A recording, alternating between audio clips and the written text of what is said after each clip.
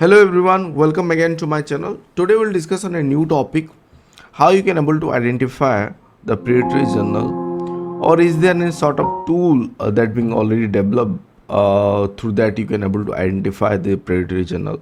So it is suggested in the CPE RPE, the Research and Publication Ethics, the course which is we've been covering.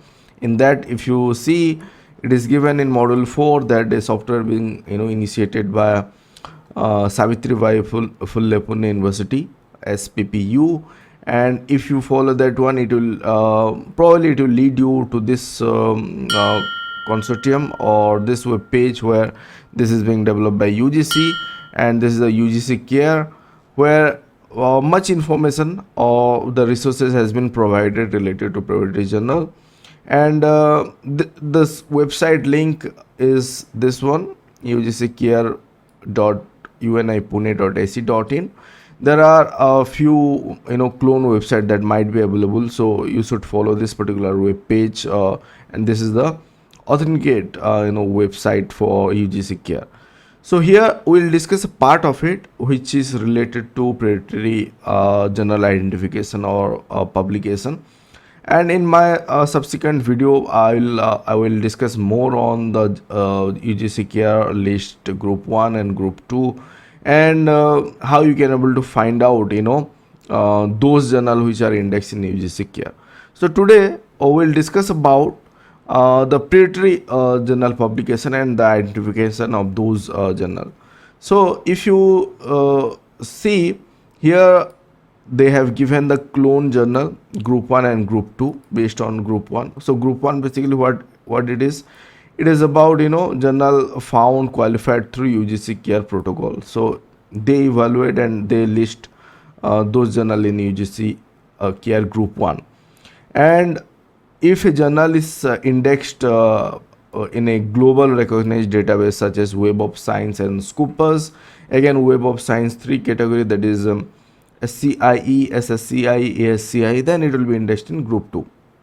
So there are few clone journal which are they are in the field which will make you think that which one is the original journal, or if you are unaware, you might submit your work in a clone journal, so better to avoid those. So if you click on group 1 here, see this is the category where the variation, the title and clone journal from the original is highlighted. So this is included in UGC-CARE, this part, as you can see, and the highlighted in yellow color is those are the clone journal, so that to be basically to be avoided. So these are as in printed form, this journal are there. So as you can see, print journal, and so you few of the journal may not be having web link or website of those particular journal, because they come with the printed version, only print version. So you can see these are the UGC-CARE listed original journal, and the highlighted one, the next to it is the clone journal. So you can refer this one. I will keep it in the description section. I will put the link of this particular group 1. And if you follow group 2 also, which is where you can have both print and online published version, where group 2, as we talk about it, the indexing might be with Web of Science and Scopus, and with that also those journal also there are clone journal to to make author or to researcher confused, and to basically for to have sort of monetary gain. In that way they might have created the clone journal, because through that they can earn their living. So that is what we need to avoid. So if you follow this one here also, you'll find the clone journal, and this is the journal that is originally listed in this site, and the other side is this is the original, and this is the clone. So this to be avoided. So if we follow this one, so you can see there are so many, about 50 journal we can see which they have identified and they have listed here. There might be more to it. So you have to be aware of this kind of thing, and you should verify whenever you plan to submit your work.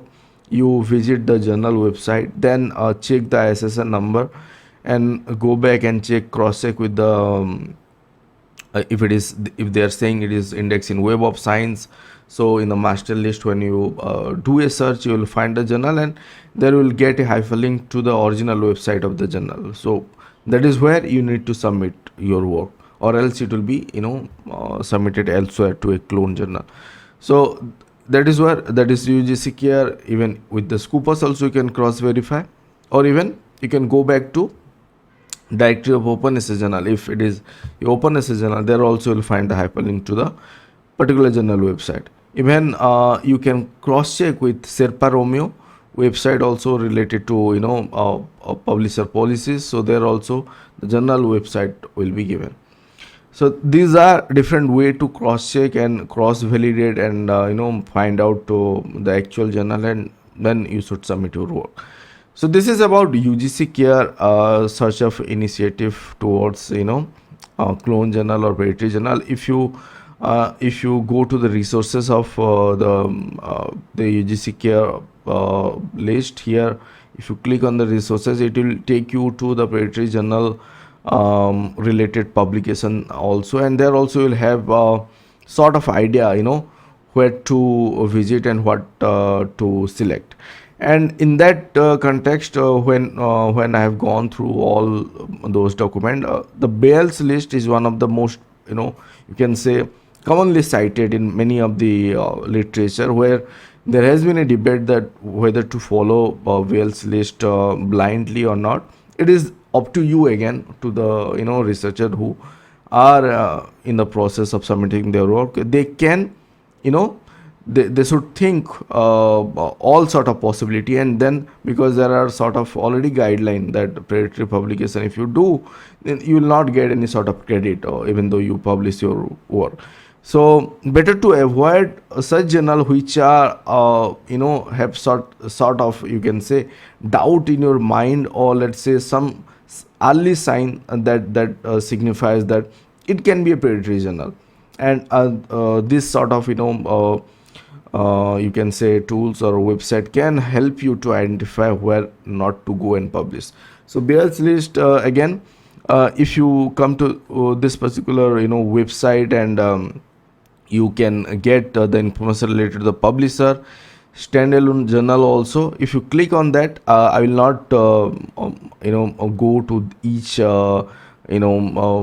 respective site, because it is the journal detail will be shown. So you can visit, and you can see whether those are the journal which you thought of submitting, but you can avoid that for your work.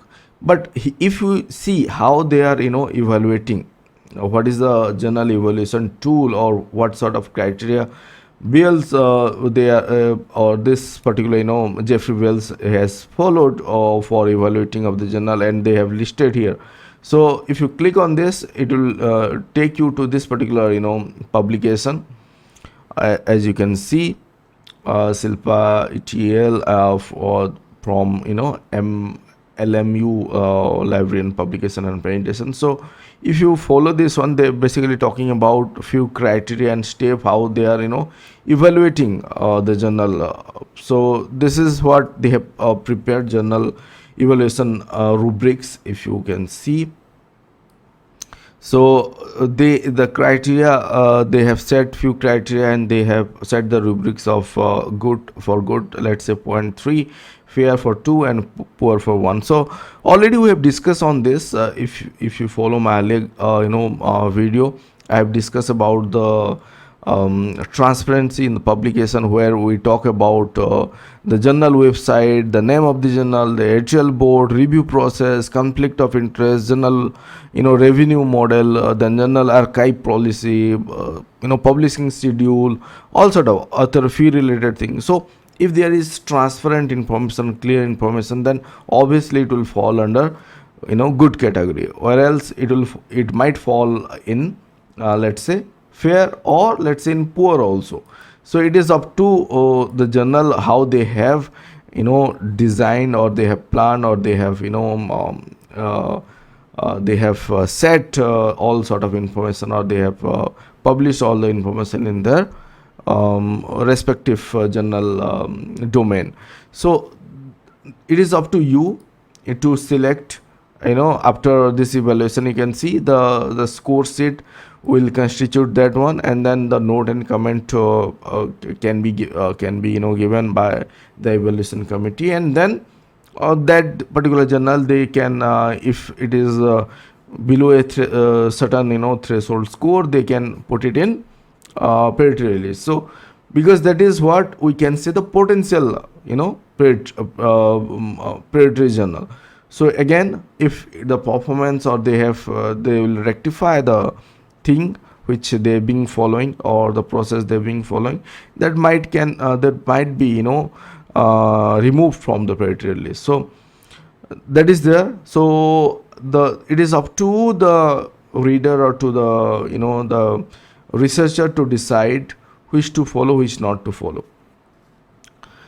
So this is what I thought of covering today. In the next video, we'll discuss more on this UGC-CARE list, and how you can able to create a account. As you can see, I have already signed in over here. So how you can able to create, and you can search, or you can explore different resources. So thank you again. Thank you for watching. Thank you.